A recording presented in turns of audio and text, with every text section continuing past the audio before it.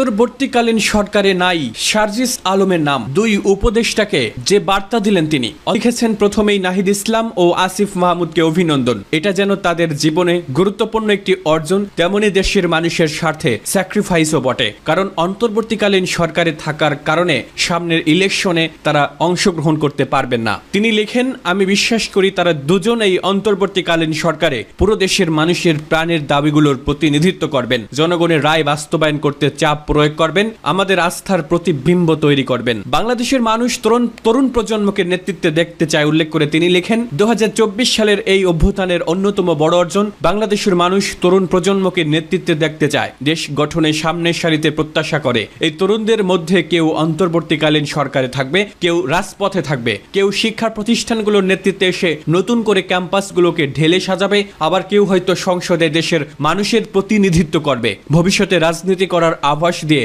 ঢাবির প্রাণীবিদ্যা বিভাগের 2016 থেকে 17 শিক্ষাবর্ষের এই ছাত্র লিখেন, দেশের মানুষ যদি চায় নিশ্চয়ই ভবিষ্যতে কোনো একটি ক্ষেত্রে দেখা হবে ইনশাআল্লাহ।